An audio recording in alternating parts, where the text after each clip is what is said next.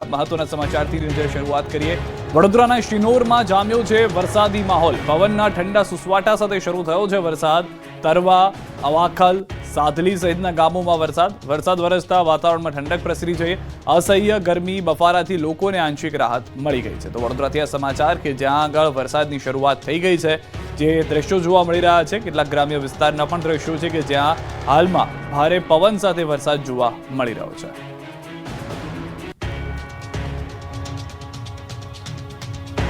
બે દિવસ બાદ ફરી બમ્પર વરસાદનો આવી રહ્યો છે રાઉન્ડ। ગુજરાતમાં ધોધમાર વરસાદે એક બે દિવસનો બ્રેક લીધો છે। ધમાકેદાર રાઉન્ડ બાદ બે દિવસના બ્રેક બાદ છપ્પર ફાળકે વરસાદનો રાઉન્ડ આવી રહ્યો છે।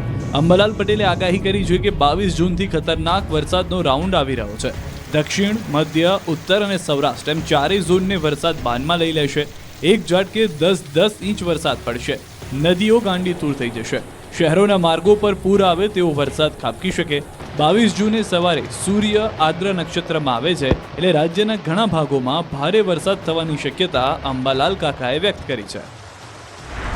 જેમાં દક્ષિણ ગુજરાતના ભાગોમાં ભારે વરસાદ થવાની શક્યતા છે। સૌરાષ્ટ્રના છૂટાછવાયા ભાગોમાં વરસાદ થવાની શક્યતા રહેશે। આ ઉપરાંત વડોદરાના ભાગોમાં કેટલાક ભાગોમાં ભારે વરસાદ થવાની શક્યતા રહેશે। મહીસાગરના ભાગોમાં ભારે વરસાદ થવાની શક્યતા રહેશે। પંચમહાલના ભાગોમાં પણ કેટલાક ભાગોમાં ભારેથી ભારે વરસાદ થવાની શક્યતા રહેશે। અમદાવાદ, ગાંધીનગરમાં પણ ભારેથી અને કોઈ ભાગમાં અતિ ભારે વરસાદ થવાની શક્યતા રહેશે। મહેસાણાના ભાગોમાં પણ ભારેથી અતિ ભારે વરસાદ થવાની શક્યતા રહેશે। સાબરકાંઠાના ભાગો, આ ઉપરાંત અરવલ્લીના ભાગોમાં પણ વરસાદની શક્યતા રહેશે। છોટાઉદેપુરની ભારજ નદીમાં ટ્રેક્ટરની જળ સમાધિ। ભારે વરસાદ બાદ છોટાઉદેપુરના નદી નાળા ઓવરફ્લો થઈ ગયા છે, ત્યારે ભારજ ગામે નદીમાં ટ્રેક્ટર રેતી ભરવા આવ્યું હતું, ત્યારે જ સુખી ડેમમાંથી પાણી છોડવામાં આવતા નદીમાં રેતી ભરેલું ટ્રેક્ટર ફસાઈ ગયું। ટ્રેક્ટર ચાલક બહાર નીકળી જતા તેનો બચાવ થઈ ગયો। ટ્રેક્ટર આખું ડૂબી ગયું, માત્ર સાયલેન્સર અને ઉપરની છત દેખાતી હતી। આ બાજુ દાહોદમાં પ્રથમ વરસાદમાં જ ધોવાઈ ગયું નાળું। વડવા ગામે નાળું ધોવાતા જનજીવન ઠપ થયું। નાળું ધોવાતા વડવા, છરસોડા, આમલી વિસ્તારની અવરજવર ઠપ થઈ ગઈ છે। નદીના આકાશી દ્રશ્યો છે ધંધુકાના। ભારે વરસાદને કારણે ધંધુકા નજીક ભાદર નદીમાં પૂર આવ્યું હતું। પાણીની ભરપૂર આવક થઈ રહી હતી। જુઓ કઈ રીતે નદીનું પાણી હિલોડા મારી રહ્યું છે।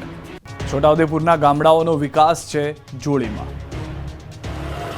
ગુજરાતમાં વિકાસની હવાઈ વાતોનો છેદ ઉડાડતા આ દ્રશ્યો જોઈ લો। વિકાસ તો છે, પરંતુ જોડીમાં વિકાસ છે।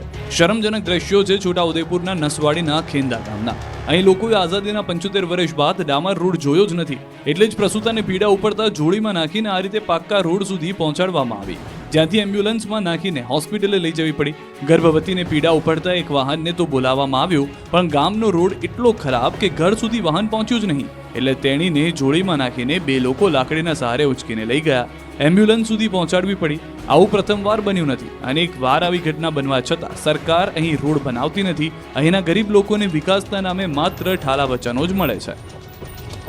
આ તરફ ઉના અને ભાવનગરના ગામડાઓથી આવ્યા છે શરમજનક દ્રશ્યો।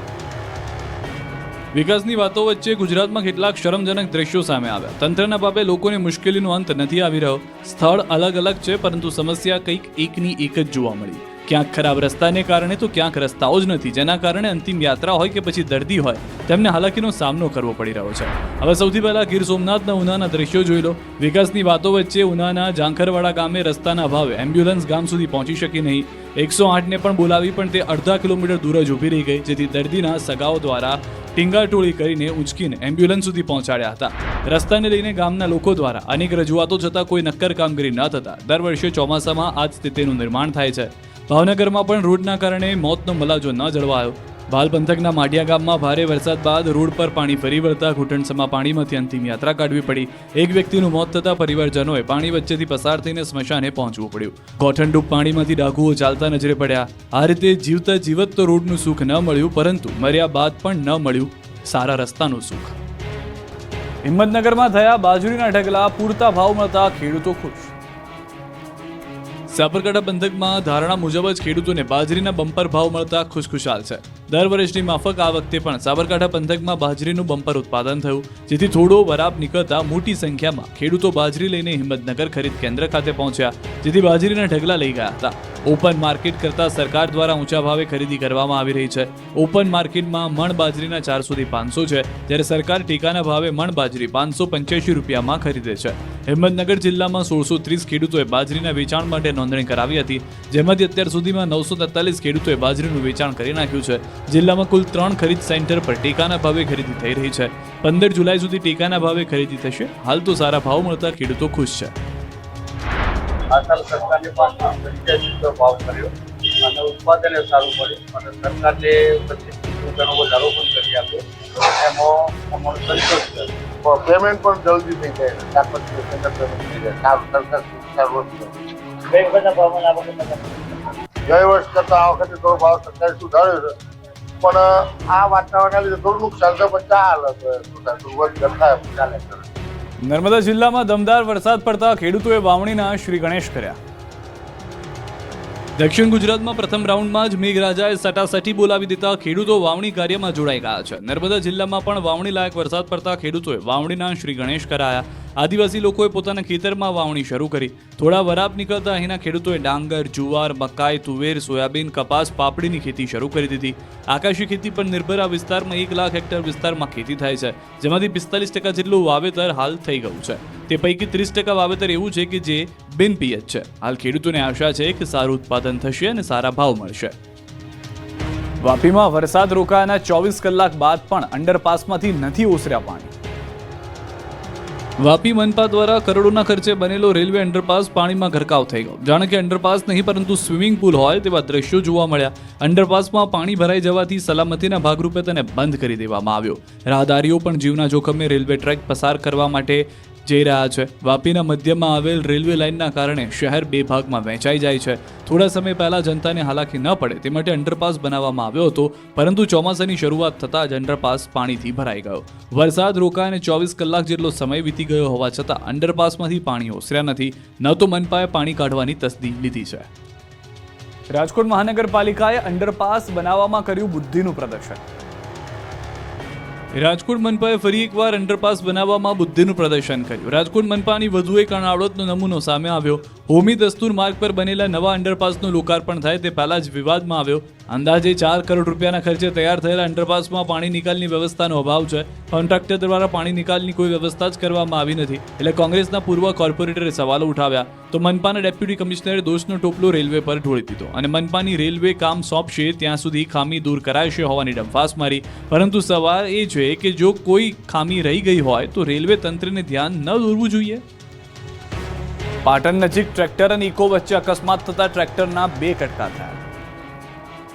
ખતરનાક અકસ્માતના દ્રશ્યો પાટણના છે. વડુ ગામ નજીક ટ્રેક્ટર અને ઇકો કાર વચ્ચે અકસ્માત સર્જાયો, જેમાં 5 લોકોની ઈજા પહોંચી. વડુ ગામ નજીક આવેલ પેટ્રોલ પંપ પર પેટ્રોલ પુરાવી બહાર આવતા ટ્રેક્ટરને પાટણ તરફ આવતી ઇકો કારે ટક્કર મારી. કારની સ્પીડ એટલી ખતરનાક હતી કે મજબૂત ગણાતા ટ્રેક્ટરના 2 ટુકડા થઈ ગયા. ટ્રેક્ટરનો આગળનો ભાગ અલગ થઈ ગયો હતો, તો ઇકો કારનો પણ બુકડો બોલી ગયો. અકસ્માતમાં 5 લોકોની ઈજા પહોંચતા હોસ્પિટલે સારવાર માટે ખસેડાયા. 3 જિલ્લામાં કોંગ્રેસે મચાવ્યો હોબાળો. મોરબીમાં પ્રથમ વરસાદમાં જ રસ્તાઓ ધોવાઈ ગયા છે, જેને લઈને કોંગ્રેસ દ્વારા વિરોધ પ્રદર્શન કરવામાં આવ્યું. રોડ પર ગાબડા પડતા મોરબી કોંગ્રેસના નેતાઓએ રોડ પર ઉતરી ગાબડામાં બેસી ફૂલહાર અર્પણ કર્યા. શહેર કોંગ્રેસના નેતાઓએ શ્રીફળ વધેર્યું, ખાડાની પૂજા કરી. જો આગામી દિવસોમાં રોડની સમસ્યા દૂર નહીં થાય તો આંદોલનની ચીમકી ઉચ્ચારી. જામનગર કોર્પોરેશને ગેરકાયદે દબાણો હટાવતા લોકોએ કંઈક આ રીતે વિરોધ પ્રદર્શન કર્યું. જામનગર મહાનગરપાલિકા કચેરીએ પહોંચી વિપક્ષી હોબાળો મચાવ્યો. સામાન્ય સભા બહાર વિપક્ષી કોર્પોરેટરે દબાણ હટાવવાના વિરોધમાં નાટક કરી આક્રોશ ઠાલવ્યો. ગરીબોનું ઘર, મહેનતનું ઘરના લખાણ સાથે થર્મોકોલના ઘર બનાવી પહોંચ્યા હતા વિપક્ષી કોર્પોરેટર રચનાબેન નંદાણીયાએ કર્યો હતો વિરોધ. તો જૂનાગઢ મનપાની સભા પણ તોફાની બની. જનરલ બોર્ડમાં વિવિધ મુદ્દે વિપક્ષના સભ્યોએ હોબાળો મચાવ્યો. ધારાગઢ વિસ્તારમાં કરવામાં આવેલ ડિમોલિશન મુદ્દે વિપક્ષના સભ્યોએ ધરણા કરી હોબાળો કર્યો. પીડિતોને વૈકલ્પિક વ્યવસ્થા આપવા ઠરાવ કરવા રજૂઆત કરી. આ તરફ અમદાવાદ મહાનગરપાલિકામાં વિપક્ષનો વિરોધ યથાવત છે. સામાન્ય વરસાદમાં પ્રી મોન્સૂનની કામગીરી નિષ્ફળ થયાનો દાવ. વિપક્ષ મનપા કમિશનરને આપશે આવેદનપત્ર. વિપક્ષ નેતા શહેજાદ પઠાણ અને વિપક્ષના કાઉન્સિલરો આપશે આવેદનપત્ર. અમદાવાદ પ્લેન ક્રેશમાં મૃતક જયશ્રી પટેલનો મૃતદેહ વતન પહોંચતા ગામ હિબકે ચડ્યું. અમદાવાદમાં પ્લેન ક્રેશ દુર્ઘટનામાં મૃતકોના મૃતદેહ વતન પહોંચવા લાગ્યા છે, ત્યારે અરવલ્લીના ખંભીસરની યુવતી જયશ્રી પટેલનો મૃતદેહ પિતૃક ગામ ખંભીસર પહોંચતા ગામ આખું હિબકે ચડ્યું. જયશ્રી પટેલના મૃતદેહ આવતા તેમના પરિવારજનોએ હૈયાફાટ રુદન કર્યું. પરિવાર પર જાણે આપ ફાટ્યું હોય, કોણ કોને છાના રાખે તેવી કરુણ સ્થિતિ સર્જાઈ. પરિવારજનો જ નહીં, આખું ગામ દુઃખી હતું. ગામના પાદરે મૃતદેહ પહોંચતા લોકોએ પુષ્પાંજલિ કરી હતી. અંતિમ યાત્રામાં પણ મોટી સંખ્યામાં લોકો જોડાયા હતા. ઉપસ્થિત સૌ લોકોએ અશ્રુભીની આંખે શ્રદ્ધાંજલિ આપી. સુરેન્દ્રનગરમાં યોજાઈ ધર્મસભા, સ્કૂલમાં બાળકોને સનાતન ધર્મનું મહત્વ સમજાવવા આપે. સુરેન્દ્રનગરના ઔદિત્ય બ્રહ્મ સમાજ દ્વારા ધર્મસભાનું આયોજન કરાયું. દ્વારકા શારદાપીઠના શંકરાચાર્યના અધ્યક્ષસ્થાને ધર્મસભાનું આયોજન કરવામાં આવ્યું. આ ધર્મસભામાં બ્રહ્મ સમાજના લોકો તેમજ શહેરના વિવિધ સમાજના આગેવાનો અને લોકો મોટી સંખ્યામાં ઉપસ્થિત રહ્યા. આ ધર્મસભામાં શંકરાચાર્યજીએ સંબોધન કર્યું. તેમણે પોતાના સંબોધનમાં સનાતન ધર્મનું મહત્વ સમજાવ્યું. શંકરાચાર્યએ સનાતન ધર્મ વિરોધી પ્રવૃત્તિ કરતા લોકો પર આકરા પ્રહારો કર્યા અને ખાસ કરીને મિશનરી સ્કૂલમાં સનાતન ધર્મ વિરોધી પ્રવૃત્તિને લઈને આવી સ્કૂલમાં અભ્યાસ માટે બાળકોને ન મોકલવા આહવાન કર્યું. દ્વારકાધીશ મંદિરમાં પહોંચ્યા થાઈલેન્ડથી આવેલા ધર્મગુરુઓ. તેમણે દ્વારકાધીશ મંદિર ખાતે દર્શન કર્યા અને શારદાપીઠ ખાતે યોજાયેલ ધર્મસભામાં ભાગ લીધો. ધર્મસભામાં સનાતન ધર્મના પ્રચાર અને વૈશ્વિક સ્તરે હિન્દુ સંસ્કૃતિના વિસ્તાર વિશે ચર્ચા કરવામાં આવી. આ તકે જિલ્લા કલેક્ટર રાજેશ તન્ના, મંદિર સમિતિના અધ્યક્ષ હિમાંશુ ચૌહાણ અને અનેક સંત મહંતો ઉપસ્થિત